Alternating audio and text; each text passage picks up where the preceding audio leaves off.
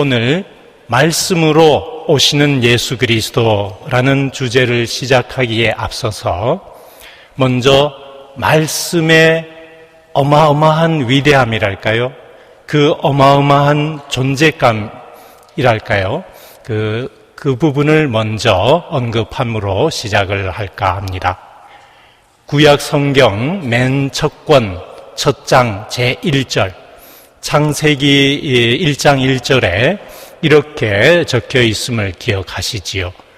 한 처음에라는 이 단어를 통해서 우리를 태초의 장으로 옮겨 놓습니다. 한 처음에 하느님께서 하늘과 땅을 창조하셨다. 이렇게 이제 첫 1절이 시작되고, 이어서 2절에 이제 땅은 아직 꼴을 갖추지 못하고 비어 있었는데 어둠이 시면을 덮고 있고 하느님의 영이 그 물 위를 감돌고 있었다라고 이제 상황이 설명되고, 3절에 하느님께서 말씀하시기를 빛이 생겨라 하시자 빛이 생겼다, 이렇게 전개됨을 기억하실 것입니다. 보통은 전 세계 성경에 거의 제가 다 통계를 내본 건 아닙니다만은 한 80% 가까운 대다수의 성경이 우리 성경처럼 이렇게 한 처음에 하느님께서 하늘과 땅을 창조하셨다 하고 이렇게 마침표 딱 찍어지는 이렇게 문장으로 번역을 합니다만은, 현대 유다인들은 어떻게 성경을 그 부분을 번역하나 하면은, in the beginning, 그러니까 한 처음에, 다음에 when이라는 일종의 시간 부사절처럼 읽습니다. 그러니까, 한 처음에, 어떤 한 처음이냐면, 하느님께서 하늘과 땅을 창조하시던 한 처음에, 이렇게 부사절로 읽고, 그렇게 되면은 이제 2절에 나오는 땅은 아직 꼴을 갖추지 못하고 있었는데, 이런 부분은 이제 상황 설명어가 되고, 그 창세기 첫 절의 그 주된 주문장의 하느님의 첫 동작은 3절에 이르러서 말씀하셨다 하느님께서, 이렇게 이제 나옵니다. 그리고 빛이 생겨라 하시자 빛이 생겼다, 이렇게 번역이 됩니다. 이제 이렇게 유다인들이 번역하는 까닭은, 그럴 경우에 성경의 첫째 권, 창세기에 나타나는 하느님의 첫 번째 동작, 하느님의 창조의 첫 동작은 바로 다름 아니라 말씀하셨다, 이렇게 두드러지게 나타나기 때문이지요.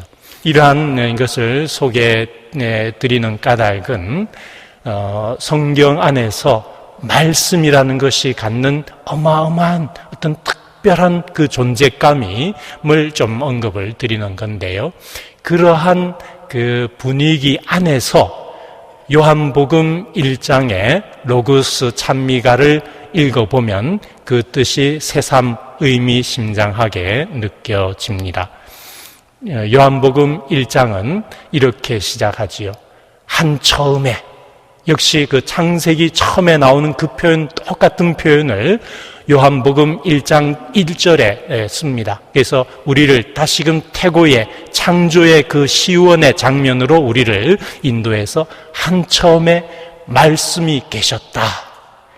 말씀은 하느님과 함께 계셨는데 말씀은 하느님이셨다라고 이렇게 요한복음 1장 1절은 고백합니다. 그러니까 그 태초에 하느님께서 창조하실 때의 그 첫 동작이 말하자면 말씀하시는 거로 창조를 하셨는데, 그 말씀이 곧 하느님 태초부터 하느님과 함께 계셨고 그 말씀이 바로 하느님이셨다라고 이렇게 요한복음 1장 1절은 선언을 하고, 이제 그 로고스 찬미가 요한복음 1장의 뒤에 그 말씀이 우리 가운데 사람이 되어 우리 가운데 사셨다, 이렇게 이제 전개가 되어지는 겁니다. 그래서 이 말씀이라는 것이 이토록 어마어마한 그 의미를 띠고 있다는 것을 잠깐 말씀드립니다. 말씀은 우리 하느님께서 인간에게 당신 자신을 통교해 주시는 몇 가지 길 중에 하나입니다. 하느님 편에서 우리 인간을 창조하신 후에 그냥 내팽겨 치시는 분이 아니라 피조물인 우리와 끊임없이 통교하시는 분이십니다. 모래로 소꿉놀이를 하는 어린아이들의 모습을 한번 그려봅시다. 모래로 인형을 빚어가지고 인형놀이를 하다가 해가 서산에 니엇니엇 저물어 지면 엄마가 아이들을 부릅니다. 얘들아, 이제 그만 놀고 들어와서 저녁 식사해야지 라고 하면 그 모래로 가지고 인형놀이 하던 아이들이 모래 인형을 그냥 내팽개치고 그냥 쪼르륵 안으로 들어가고 맙니다. 어린아이들에게 이제 더 이상 모래 인형은 관심 바뀌고 맛있는 이제 저녁 식사가 눈앞에 최고인 거지요. 근데 인형놀이 하다가 이렇게 그냥 내팽개치고 들어가는 어린이와 달리 하느님께서는 우리 인간을 빚으시고 그렇게 그냥 내팽개치는 인형놀이 하듯이 어린아이가 모래로 인형놀이 하듯이 그냥 내팽개치는 그렇게 우리를 대하지 않으십니다.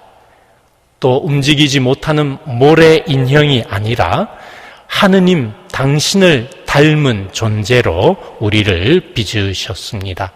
그리고 우리를 기계적인 인형, 꼭두각시 인형으로 만들지 않으시고 우리에게 자유의지를 주셨고 또 심지어는 우리가 자유의지를 남용해서 죄를 지을 수도 있을 정도로까지 우리의 자유를 존중해 주십니다.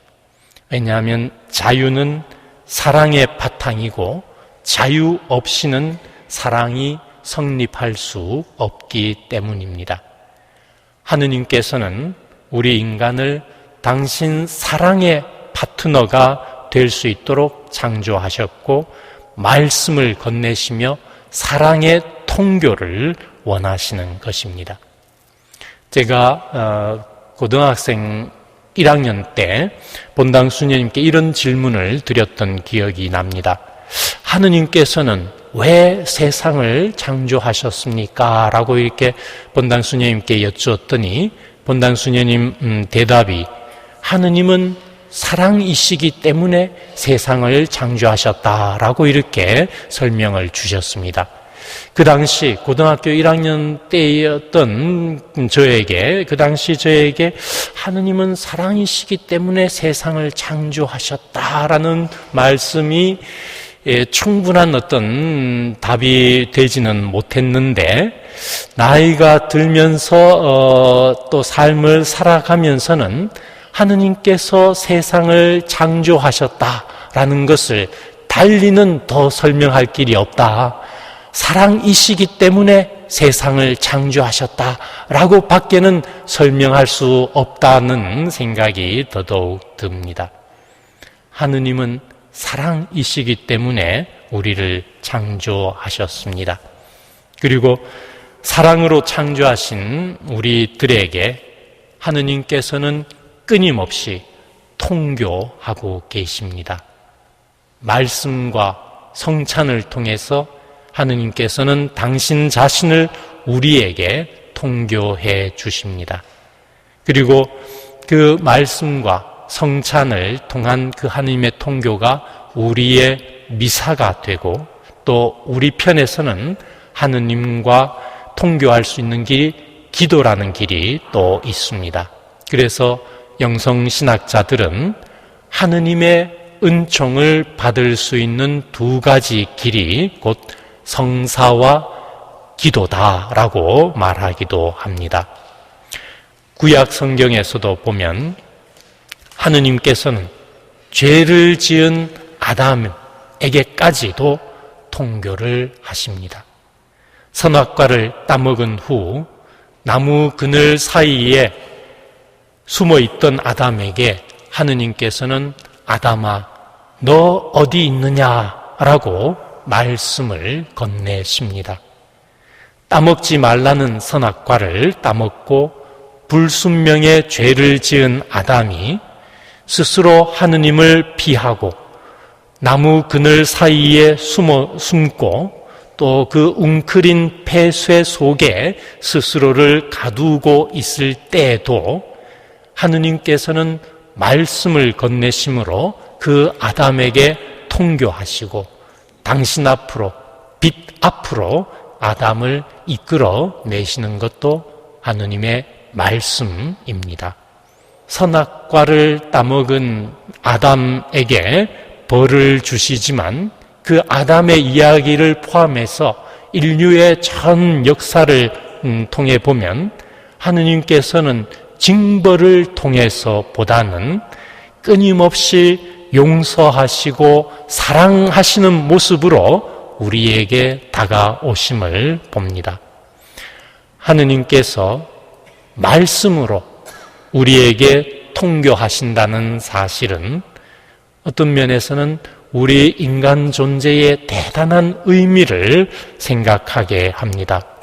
우리 인간이 하느님과 통교할 수 있는 존재, 하느님과 커뮤니케이션 할 수 있는 존재라는 뜻입니다.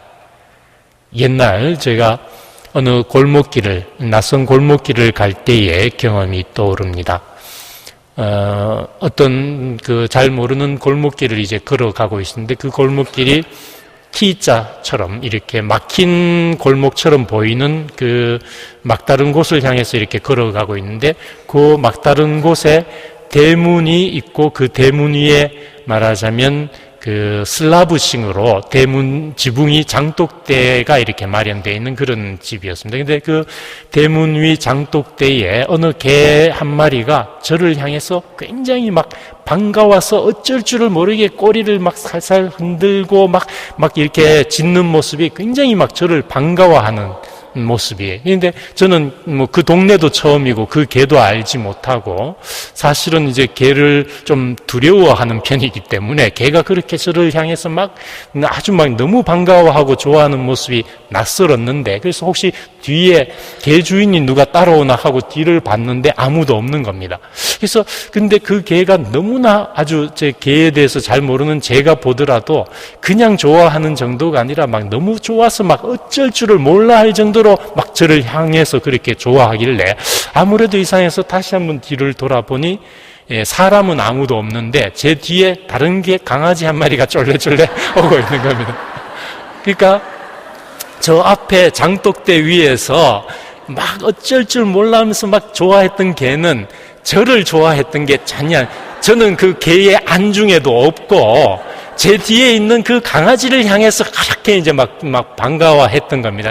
그 순간, 그걸 안 순간, 저도 일순간 이제 무안해지면서 드는 생각이, 개는 개와 통할 뿐이지. 그러니까 이제 사람은 안중에도 없다는 것을 이제 스스로 그렇게 표현을 하면서 순간, 하느님께서는 사람과 통교하시고자 하는구나. 그 생각으로 이렇게 그 무한한 개로부터 무한함을 당한 순간에 오히려 하느님께서는 우리 인간하고 그토록 통교하시기를 원하신다는 것을 이렇게 깨달으면서 우리 인간 존재의 고귀함을 오히려 묵상해보는 그런 또 시간을 가졌던 기억이 납니다.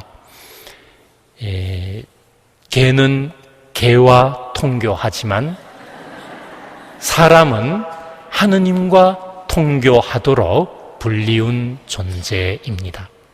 하느님께서는 당신 삼위일체의 그 사랑을 우리 인간과 통교하시고자 우리를 지으신 것입니다. 그리고 한번 창조하시고 나서는 나 몰라라라고 이렇게 팽개치시지 않고 우리와 끊임없이 통교하시고자 여러 길을 마련하셨습니다. 말씀을 통해 통교하시고 당신 아들의 살과 피를 통해서 통교하시고 또 우리 각자의 삶의 사건들을 통해서나 혹은 상황 전체를 통해서 당신의 뜻을 우리에게 통교하고 계십니다. 그러니까 말씀은 하느님께서 당신 자신을 통교하시고자 우리에게 건네주시는 사랑입니다. 여기서 잠깐 말씀, 그러니까 하느님의 말씀의 기록인 성경과 또 성전, 거룩한 전통과 교회의 관계를 잠깐만 언급하고 싶습니다. 하느님의 말씀이 기록된 것이 성경입니다. 성령의 감도로 쓰여진 책이지요. 그런데 성경이 쓰여진 것은 하느님께서 하시는 말씀을 말하자면 마치도 받아쓰기 하듯이 받아 적은 것이 아니라 인간의 역사 안에서 일어나는 여러 세상사가 배경이 되고 재료가 되어서 인간의 언어로 쓰여진 하느님의 말씀이 성경이다, 이렇게 표현할 수 있습니다. 근데 성경이 기록되기 시작한 것이 구약 성경으로 거슬러 올라가면 기원전 10세기경, 그러니까 지금으로부터 3000여 년 전부터 기록이 이루어졌고, 구약 성경, 특히 모세오경 같은 책들은 한 사람의 저자가 단독으로 이렇게 적은 저자 문학이랄까요?가 아니라 여러 세대를 거쳐서 형성되고 기록되고 보완되고 편집된 전승 문학이다, 이렇게 표현할 수 있습니다. 그리고 성경이 처음 기록될 당시에는 오늘날과 같이 인쇄된 책으로 딱 이렇게 성경이 나온 것이 아니라 일일이 손으로 필사해서 이제 성경이 보급되던 시대였지요. 그리고 인쇄되어서 나온 것이 이제 기원 후 15세기 우리가 익히 들은 구텐베르그라는 인물이 이제 인쇄를 한 성경을 출판할 그때 이전까지는 손으로 양피지라든가 뭐 그 더 옛날에는 파피루스라든가 이런데 이제 손으로 기록해 왔던 것이고, 그래서 오늘날 남아있는 성경은 말하자면 저자 시대에 쓴 원본은 하나도 남아있지 않고, 신약이든 구약성경이든 그 원본을 보고 손으로 필사하고 그걸 보고 필사하고 했는 후대에 말하자면 기록물들이 이제 남아 전해져 오고 있는 겁니다. 신약 성경의 경우 양피지에 적혀 있는 온전한, 말하자면 복음서부터 묵시록까지 온전한 성서가 다 적혀 있는 두루마리로서 가장 오래된 것은 4세기경 정도로 거슬러 올라가고요. 2세기경의 파피루스 같은 경우 조각들이 아주 성경의 단편들이 남아있는 파피루스 조각들 경우에 이제 2세기경까지 조금 더 거슬러 올라가지만, 어쨌든 오리지널한 성경 원본은 신약도 구약도 하나도 남아있질 않습니다. 그냥 손으로 보고 필사를 하고 한 것이 전해지다 보니까 현재 전해지고 있는 이 손으로 쓴 그 수사본들 중에 어느 하나도 같은 것이 없을 만큼 기록에 있어서 뭐가 달라도 조금씩 다른 이제 본이 전해지고 있는 거지요. 그러니까 이 성경 이 얘기는 처음 오리지널하게 성경 본문은 어떠했을 것인가라는 이런 본문의 문제가 나오게 되고, 이런 것을 이제 성서학자들은 본문 비평이라는 과학적인 방법을 통해 가지고 원래 그러니까 필사본의 다른 여러 가지 이본들을 중에서 이제 연구해서 원래 오리지널한 본문은 이랬을 것이다라고 이제 찾아 들어가는 그러한 작업들을 하게 됩니다. 근데 어떤 부분들에 있어서는 학자들의 학문적인 접근으로도 밝혀낼 수 없는 문제들이 생기기도 합니다. 예를 들면 마르코복음, 성경의 마르코복음, 나중에 그 마르코복음서 성경을 한번 펼쳐 보십시오. 마르코복음 제일 마지막 16장에 보면은 이제 예수님께서 부활하시고 빈 무덤 이야기가 나오고 그 후에 마리아 막달레나에게 발현하신 이야기, 또 제자들에게 발현하셔서 사명을 부여하시는 대목, 그리고 이제 승천하시는 이야기 하고 이렇게 맞춰지는데, 그 마르코 복음 16장 제일 끝나고 나서 따로 마르코 복음서의 짧은 끝맺음 하고 뒤에 나오면서 말하자면 16장 8절까지 예수님께서 부활하셨다는 빈 무덤 이야기까지만 나오고, 어떤 사본에는 마리아 막달레나에게 발현하신 이야기나 제자들에게 발현하신 이야기, 승천하신 이야기, 이런 부분이 통째로 그 부분이 빠져있는 수사본도 있는 겁니다. 근데 대부분의 성경 그 필사본들이 그 승천 이야기까지, 발현 이야기와 승천 이야기까지 다 담고 있는데, 가장 오래된 수사본, 그리고 또 학문적으로 아주 중요한 바티칸 사본이라든가 이러한 알렉산드리아 사본이라든가 아주 학문적으로 중요한 몇몇 사본들은 마리아 막달레나에게 또 제자들에게 나타나신 이야기나 승천 이야기 부분이 없이 그냥 짧은 이야기로 끝나고 있습니다. 그러니까 학자들조차도, 성경에 정통한 학자들조차도 오리지널한 마르코 복음서의 원래 본문이 짧은 본문이었는지 긴 본문이었는지 학자들 간에도 의견이 분분한 겁니다. 이런 경우에는 학자들이 성경 본문이 어떻다라고 결정해 줄 수 있는 게 아니라 교회의 거룩한 전통, 오래된 전통에 입각해서 교회의 교도권이 어떤 판전을 해줘야 되는 부분이 있는 겁니다. 이러한 어떤 본문의 원문이 어땠을까라는 부분뿐만 아니라 성경의 권수라든가 이런 부분에 있어서도 마찬가지입니다. 예수님 시대 전후로 해서 기원전 3세기경부터 기원 후 1세기 말경까지 성경의 주제들을 담은 성경 외의 여러 책들이 많이 나왔습니다. 그것을 우리는 정통 성경을 정경이라고 해서 가톨릭에서는 73권의 성경책을 이제 정경으로 이렇게 확정했고요. 근데 그 정경 외에도 성경의 이야기들을 담은 여러 가지 책들이 외경이라고 이제 있지요. 근데 말하자면 어느 책들이 정말 하느님의 말씀, 성령의 감도를 받아서 쓰여진 하느님의 말씀의 책, 성경이고, 어떤 책들은 성경 외의 그냥 책들인지, 이런 부분들은 말하자면 성경 자체 73권에 쓰여져 있는 것이 아니라 교회의 전통에 입각해서 교회의 교도권이 성경의 테두리를 그어 주어야만 하는 것입니다.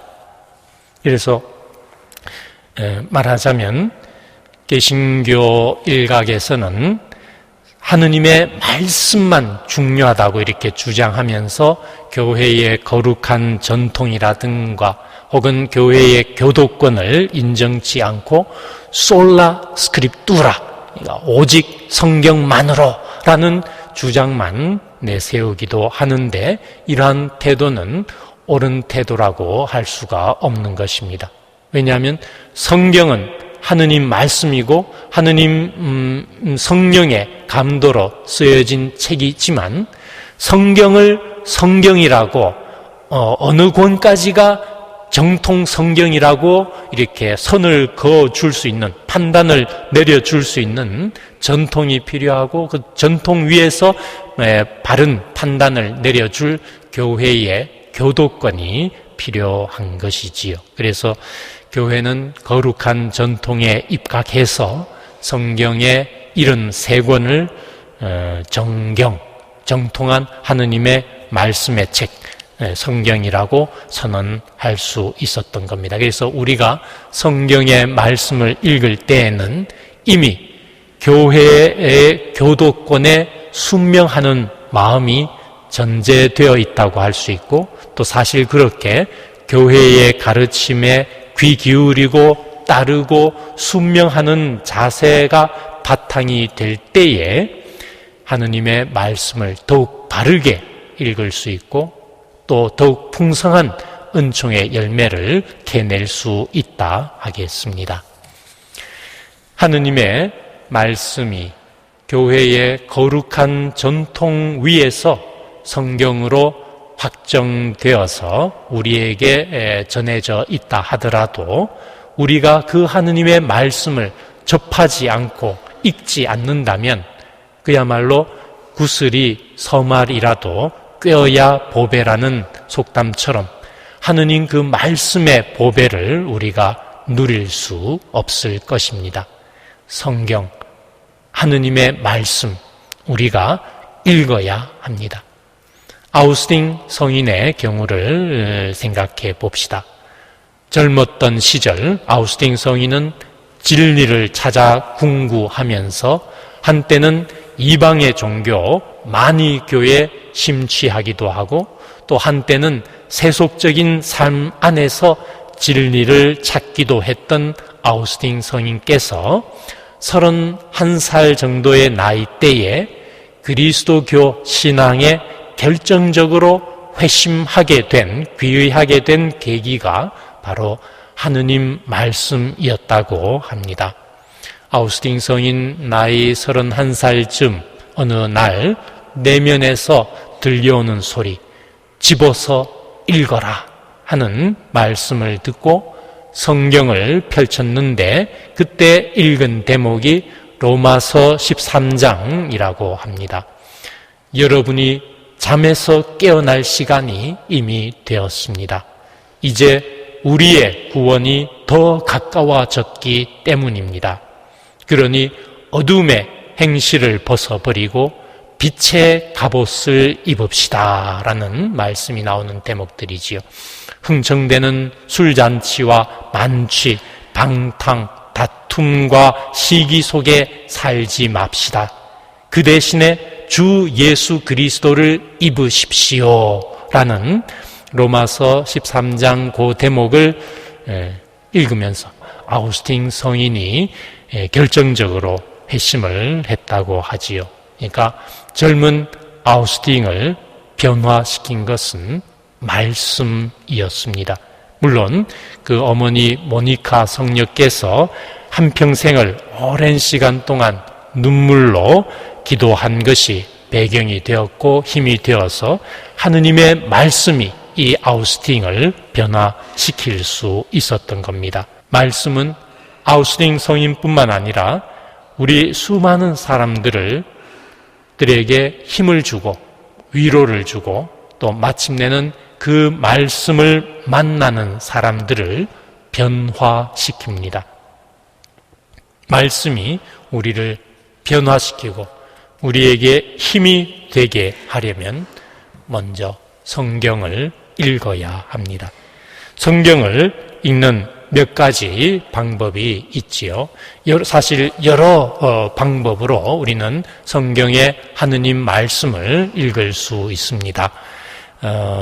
하나는 통독식으로 읽는 겁니다. 그러니까 구약 성경 첫째 권부터건 혹은 신약 성경 복음서 첫 번째 권부터 혹은 구약이나 신약의 한 권을 택해서도 그 책을 처음부터 쭉 이제 끝까지 통독하는 식으로 읽는 방법도 좋은 방법입니다.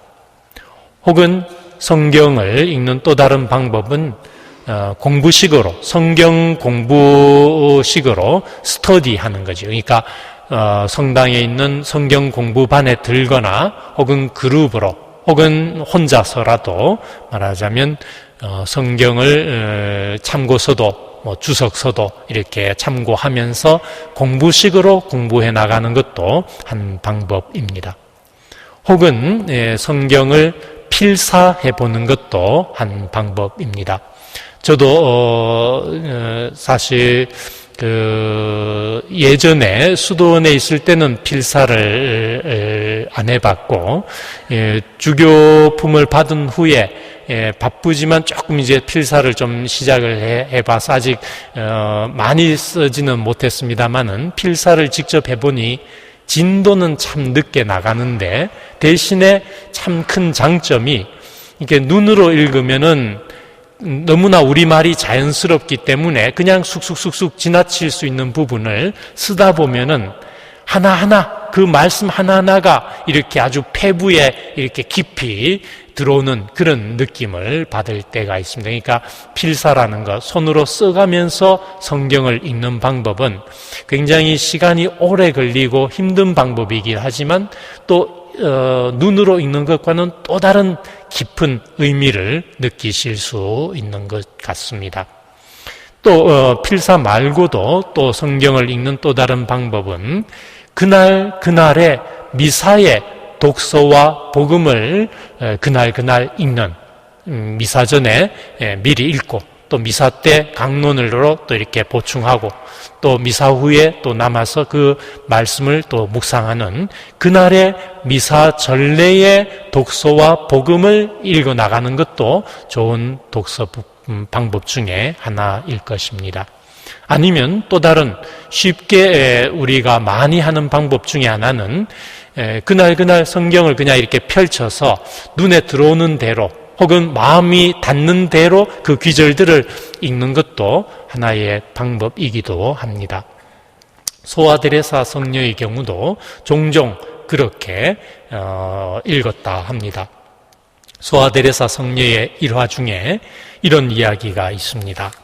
불란서 리주에의 가르멜 봉쇄 수녀원에 살면서 때로는 힘들고 어려운 때가 닥치면 성경 속 하느님 말씀을 통해서 힘을 얻고 위안을 얻곤 하셨답니다. 어느 날 소아데레사 성녀께서 자신이 봉쇄 수녀원 안에서 하시는 일이 그리 대단하지도 않고 또 순교자들처럼 하느님을 위해 치명하는 일도 아니고 일상의 작은 일들만 하는 생활 속에서 이렇게 좀 낙담하고 있을 때 성경을 펼쳐서 이제 하느님 말씀을 찾아 읽었습니다. 마침 펼쳐진 성경 대목이 고린토전서 12장 부분이었다 하는데 이런 말씀을 읽게 됩니다. 몸은 하나이지만 많은 지체를 가지고 있고 몸의 지체는 많지만 모두 한 몸인 것처럼 그리스도께서도 그러하십니다 하면서 몸은 한 지체가 아니라 많은 지체로 되어 있습니다. 발이 나는 손이 아니니 몸에 속하지 않는다고 말한다 해서 몸에 속하지 않는 것이 아닙니다. 또 귀가 나는 눈이 아니니 몸에 속하지 않는다고 말한다 해서 몸에 속하지 않는 것이 아닙니다. 온몸이 눈이라면 듣는 일은 어디에서 하겠습니까? 온몸이 듣는 것뿐이라면 냄새 맡는 일은 어디에서 하겠습니까? 사실은 하느님께서 당신이 원하시는 대로 각각의 지체들을 그 몸에 만들어 놓으셨습니다 라는 그 대목을 읽게 되셨습니다. 그래서 눈은 손에게 나는 내가 필요 없다라고 할 수 없고 또 머리는 발에게 나는 너희가 필요 없다라고 할 수 없다라는 그러한 이제 대목들을 읽으면서 이 하느님께서는 모자란 지체에 더 큰 영예를 주시는 방식으로 사람 몸을 감싸 주셨습니다. 하느님께서는 덜 소중한 우리 몸의 지체 가운데 덜 소중하다고 여겨지는 것들을 특별히 소중하게 감쌌습니다. 이제 이런 대목들을 이제 읽게 되셨는데 낙담하고 있던 소아 데레사께 그 말씀이 이해는 되었지만 아주 또 작은 위로는 되었지만 큰 힘이 되지는 못했습니다. 그래서 그 성경을 고린토전서를 계속 조금 더 이제 읽게 되지요. 그래서 고린토전서 13장 사랑의 송가 부분을 읽게 되면서 아주 큰 빛을 받게 되십니다. 내가 인간의 여러 언어와 천사의 언어로 말한다 해도 나에게 사랑이 없으면 나는 요란한 징이나 소란한 꽹가리에 지나지 않습니다. 내가 예언하는 능력이 있고 모든 신비와 지식을 깨닫고 산을 옮길 수 있는 큰 믿음이 있다 하더라도 나에게 사랑이 없으면 나는 아무것도 아닙니다 라는 그 대목을 읽게 되면서 소아데레사 자신은 자신의 소명이 교회 안에서 사랑이 되는 것, 바로 사랑의 심장 역할을 하는 것이 당신의 소명임을 깨닫게 되지요. 그렇게 소아데레사 성녀께서는 성경 말씀을 통해서 당신 부르심의 의미, 곧 교회 안에서 사랑의 심장 역할이 되는 것임을 깨닫게 되고 마침내는 그 봉쇄 안에서만 짧게 사셨으면서도 선교의 주보 성녀까지 되시는 힘도 말하자면 그 원천은 말씀 안에서 길었다 하겠습니다. 성경을 이렇게 그날 펼쳐지는 대목을 읽는 것도 하나의 좋은 방법인데 다만 그렇게 읽을 때 주의할 점은 그날 펼쳐진 성경 말씀이 마치도 그날의 운명처럼 혹은 그날의 일어날 어떤 예언처럼 이렇게 미신적으로 생각해서는 안 된다는 겁니다. 성경의 말씀을 이렇게 펼치면서 그날의 운명처럼 혹은 그날 일어날 일들의 어떤 예언처럼 읽던 미신적으로 읽는 태도에 대한 우스개 이야기가 하나 있지요. 어느 열심한 신자 한 분이 성경을 이제 그렇게 오늘 착 펴서 눈에 탁 들어오는 그 기절이 마치 내가 꼭 실천해야만 하고 나에게 꼭 일어나고야 말 어떤 예언처럼 그렇게 이제 그런 태도로 성경을 읽었습니다. 그래서 하루는 탁 이렇게 펼쳤을 때 내가 가진 바를 다 팔아 가난한 이들에게 나누어 주어라 하면은 이제 비록 집에 있는 전 재산을 팔지는 못하더라도 주머니에 있는 거는 털틀어서 이렇게 이제 주면서 말씀을 실천하려고 이제 노력을 이제 하던 사람이 있었는데 어느 날 성경을 탁 펴니까 마태오복음 27장 5절에 유다는 나가서 목매달아 죽었다 하는 대목이 딱 눈에 들어온 겁니다. 아이쿠나 싶어가지고 이제 큰일 난 거죠. 그러니까 난 그걸 그대로 실천하면 안 되는 거고. 그래서 하느님께 하느님 이거 못 본 거로 치고 딱 한 번만 다시 시도하도록 눈 한번 질끈 감아 주십시오 하고서는 다시금 성경을 착 폈습니다. 요한복음 거기가 요한복음 13장 27절에 예수님께서 유다에게 하시는 말씀이 내가 하려는 일을 어서 하여라 하는 대목이 딱 나오는 바람에 다시는 그렇게 미신적으로 읽는 태도를 버리고, 그러니까 그 첫눈에 보이는 그 기절이 마치도 오늘 일어나는 일을 예언한 것처럼 생각하는 그런 미신적인 태도를 버렸다 하는 이야기입니다. 성경 말씀을 이제 그날 우리가 이렇게 펼쳐서 눈에 들어오는 대목을 읽는 것도 하나의 방법이지만 이제 미신적인 혹은 그날의 운명처럼 이렇게 예언처럼 발생할 일이라고 이렇게 스스로를 미신적으로 묶을 필요는 없을 것입니다. 성경 말씀을 읽는 것은 어떤 지식을 채우기 위해서가 아니라 지금 여기를 살고 있는 나에게 하시는 말씀을 통해 하느님을 만나고 하느님을 깊이 사귀어 나가는 것이 말씀을 읽는 지향점이라 하겠습니다. 성경의 말씀이 2000여 년 전 저 팔레스티나 그 어느 고을에서 발생했던 과거의 역사적인 사실만으로 그치는 것이 아니라 지금 여기를 살고 있는 나에게 하시는 말씀으로 읽을 때에 나는 하느님 말씀의 수신인이 되고 내가 그 말씀의 주인공이 되는 것입니다. 저는 우리가 성경을 읽을 때의 이 태도를 하늘의 별을 바라보는 것에 비유를 해봅니다. 밤하늘의 별들을 이렇게 바라보십시오. 하늘의 별들은 과학적으로 얘기해서 어떤 별들은 수십 광년 떨어져 있고 어떤 별들은 수백 광년, 수천 광년, 또 어떤 별들은 수억 광년 떨어져 있답니다. 그러니까 광년이라는 말은 이제 그 거리의 단위인데 1광년이 어느 정도의 거리냐면 1초의 빛의 속도가 1초에 30만 킬로미터를 달린다 그러거든요. 그러니까 그 빛의 속도로 1년간을 달렸을 때의 거리가 1광년입니다.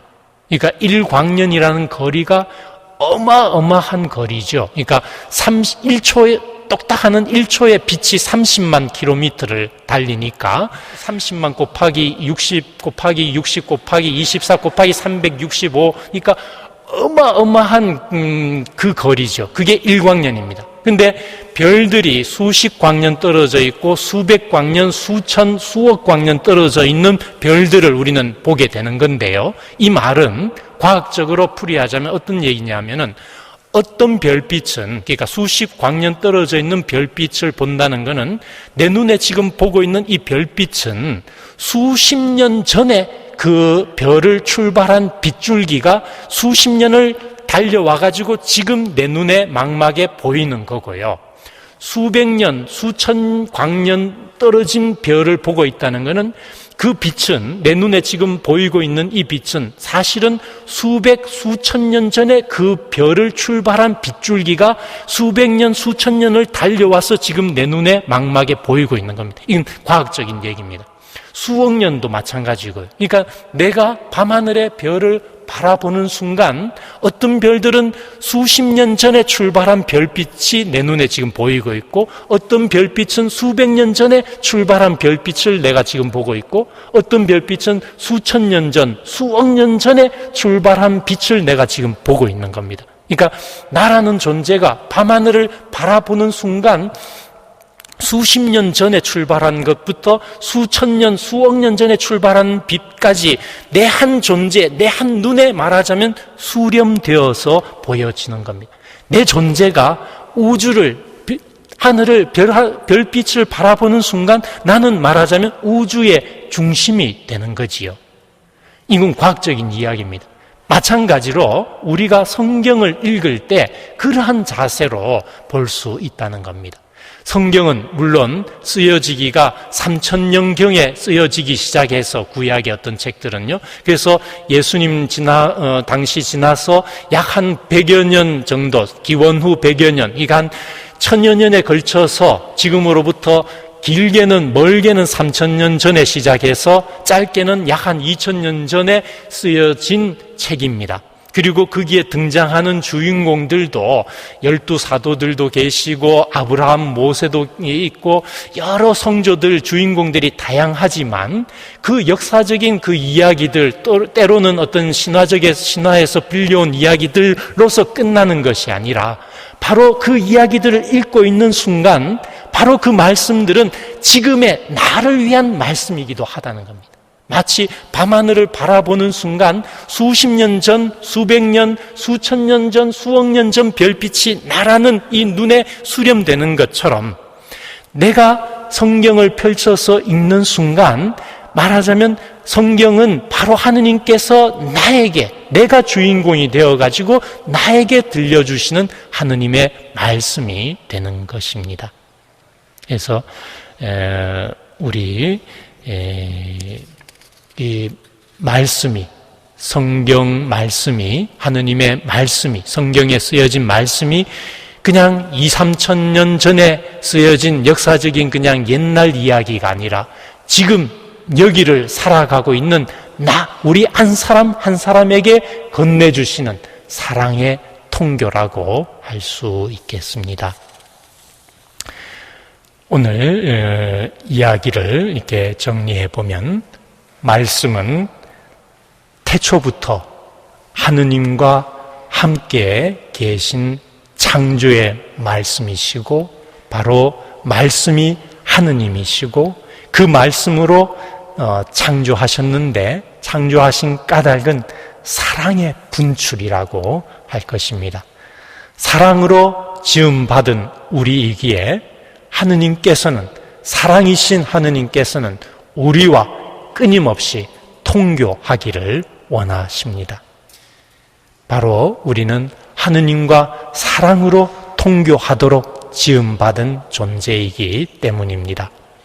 하느님 편에서 우리에게 당신 자신을 통교해 주시는 길이 여럿 있는데 바로 말씀으로 오시는 모습이 그 하나이고, 그 말씀은 비단 2000년 전, 3000년 전 그 성경의 인물들에게만 건네주신 이야기로 그치는 것이 아니라 지금 여기를 살고 있는 우리 한 사람 한 사람에게 직접 건네시는 말씀이고, 바로 나를 위한, 나를 향해 한 말씀입니다.